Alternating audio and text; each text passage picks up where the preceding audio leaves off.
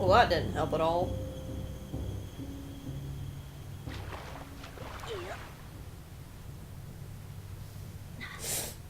Alright guys, welcome back to Let's Play The Legend of Zelda, The Wind Waker HD. It's me, TheBladeGamer, of course, and I am joined by... The Rubber Mushroom! That is my sister, for those of you who don't know. In the last episode, we saved Tetra, grabbed the hero's shield, and set off on our journey to the Forsaken Fortress to save our sister.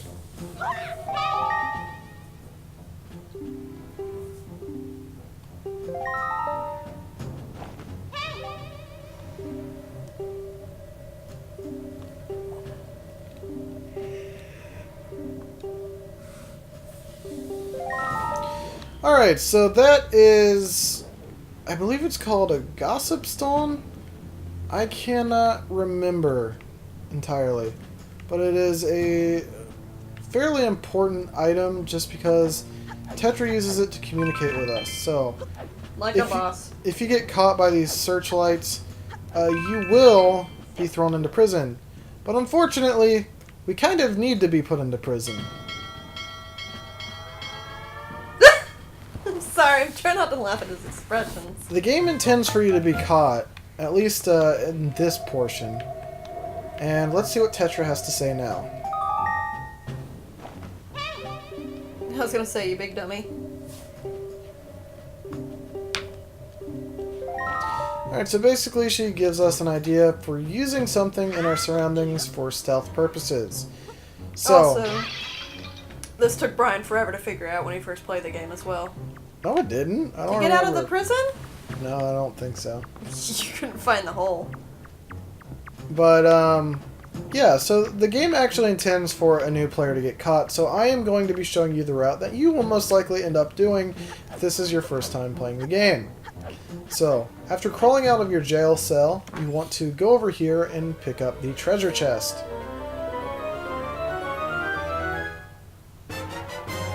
Inside will be a dungeon map. This will light up the areas that you have been to before and show you all of the rooms in the dungeon. Now if you jump down, there will be a switch behind these barrels. If you go back around, there will be a treasure chest waiting for you inside.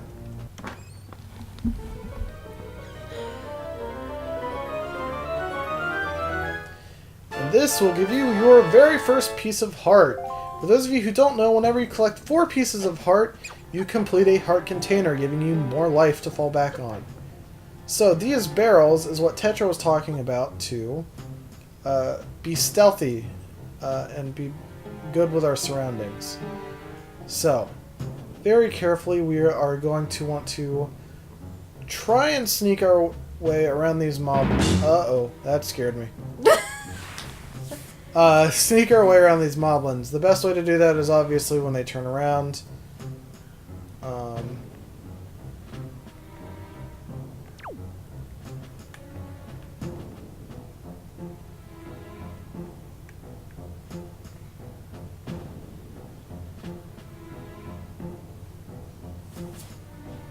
Can you actually have a route where you're not caught?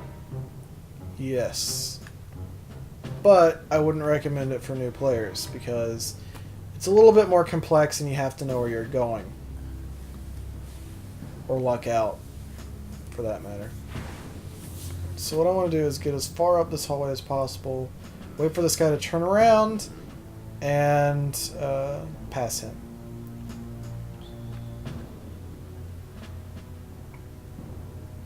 Alright.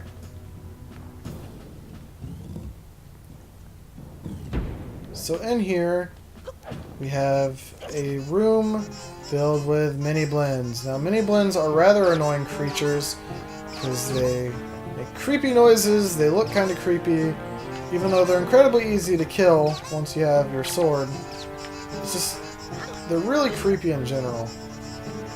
They're like weird goat things. So one thing you want to do is grab onto this rope, swing across, and open up this treasure chest, which is the third of this dungeon.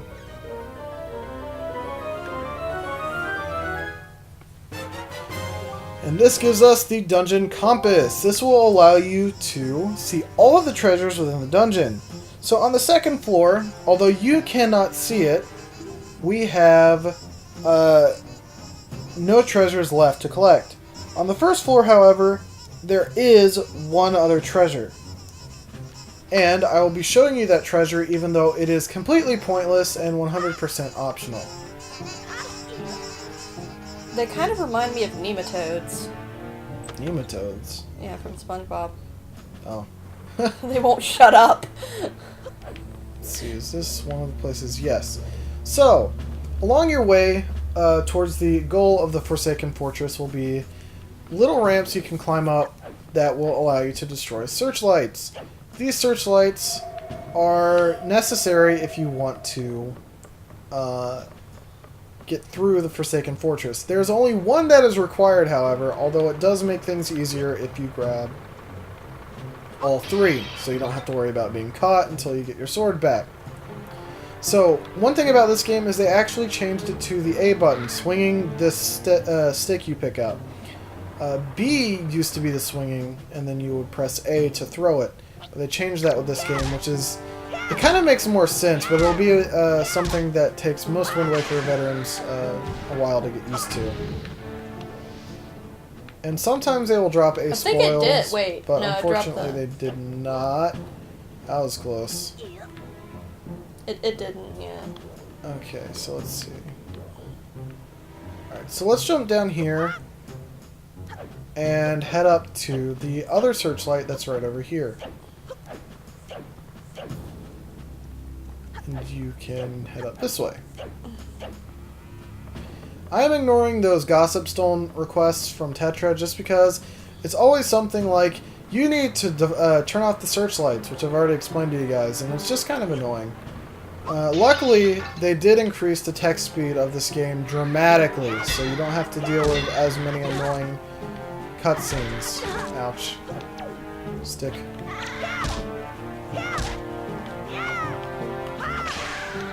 There we go. Item. There we go. And we get a Joy Pendant. Joy Pendants are not... Actually, they are required, if I remember correctly. You need to collect 20 of these for the story. Tetra, please stop. Just Tetra, please. stop. I don't want to answer your phone call. Thank you. But they are required to get through the game. You need 20 of them, so keep an eye out for those if you can. Now what I'm trying to do is jump over here so that I do not have to... Swim? I cannot. There is an invisible wall there. I am surprised by that. But no, I just have to go up a different route in order to get there. Not mistaken, I actually have to go through the other side of this room, which is quite unfortunate, but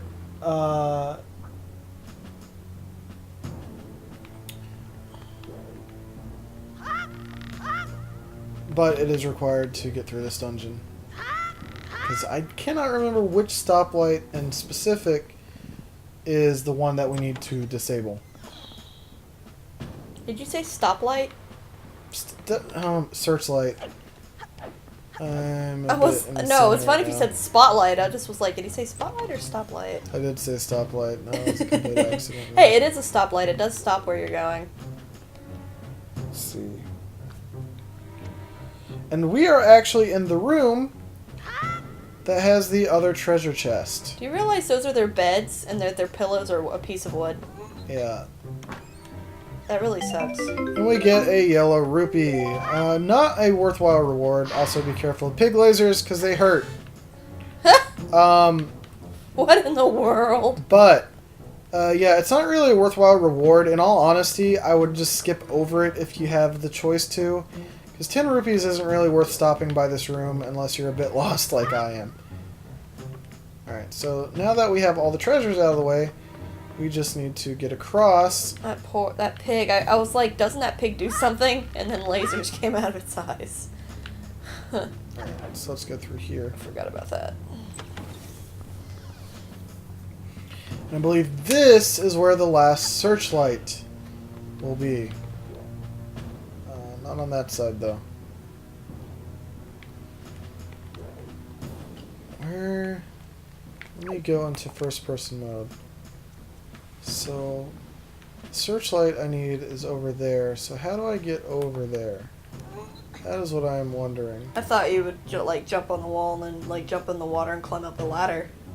Because the 2 searchlights we've disabled are not the ones that we need. We need that one up there because we will be climbing all the way up there. So in order to save a bit of time, as dumb as it sounds, I will be jumping down here and swimming back to the entrance. Now if I get too lost and can't find it really easily, I will just cut ahead and tell you where the right door is, but hopefully I won't get too lost. I probably missed something just blatantly obvious. Can you jump over the wall somehow and into the water? That is what I'm trying to figure out. Well, the other part is lower. That way. Oh! There's a... post in there. Okay. But how do I get there is what I do not remember. Unless it's on this side. Which, no, it is not. It could be. Can you jump? No, you can't. Ugh. And this is what I'm talking about, just being confused in the Forsaken Fortress. Like, I have played this game probably 4 or 5 times, maybe even 6 or 7, and I'm still not as confused, or I am still confused about the layout of this specific area. Don't you need to go through... Oh, it's right here. I'm just blind as a bat, so I am sorry about that. And if I can walk into the ladder... Go up the ladder, please! Yeah. Yeah, see, I am a very good ladder. speedrunner of this game. Scratchy thingies on it. Alright, so another tactic you can do is use your shield to deflect the stick they are using.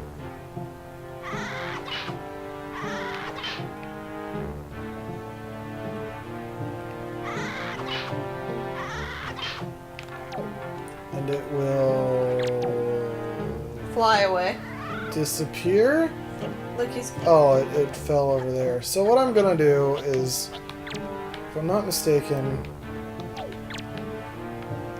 you can actually have them jump off if you're lucky, or if you aggro them the right way. But I'm just gonna grab a stick and beat them up. You get on my nerve.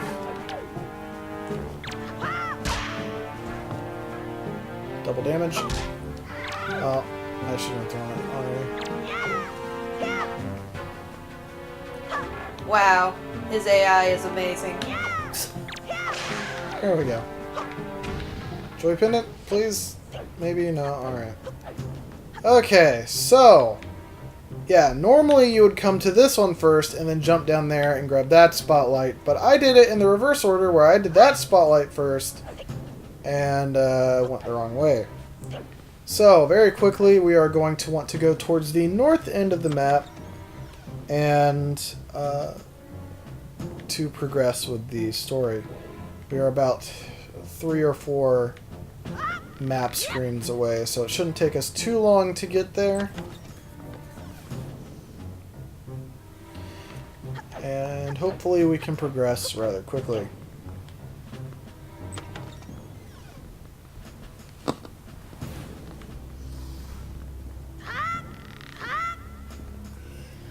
If this hero thing doesn't work out, he could be an acrobat. That is true.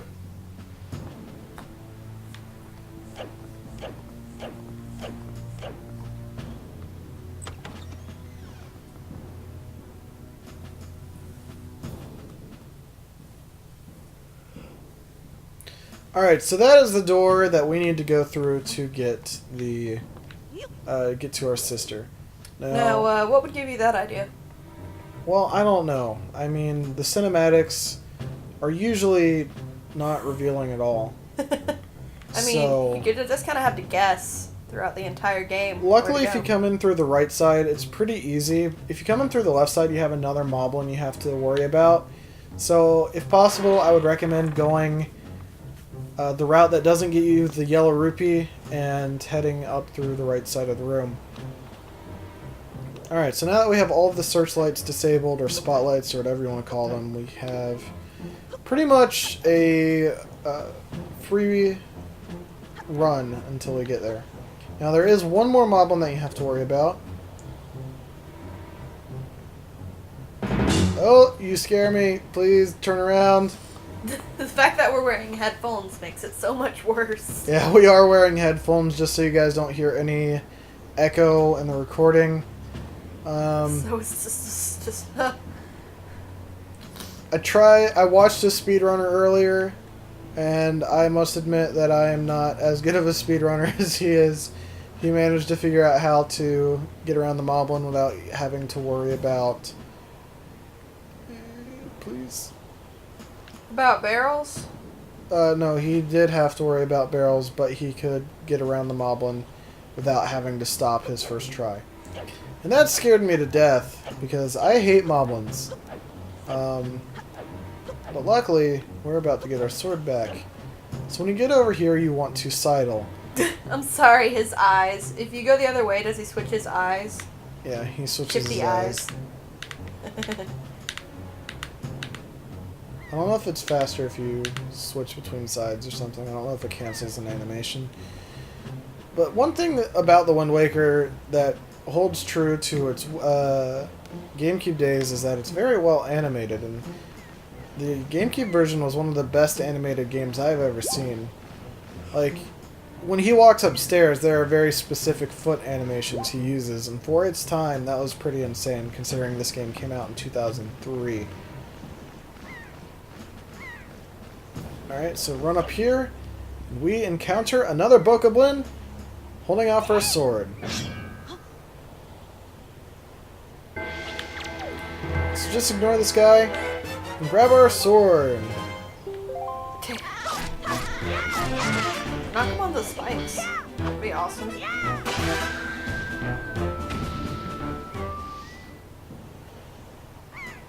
That was anticlimactic. Yes, like I said, if you do a lot of thrust attacks like I did there, Bokoblins go down very, very quickly. You can pick up his sword if you want, but unfortunately you can't really do anything with it. So...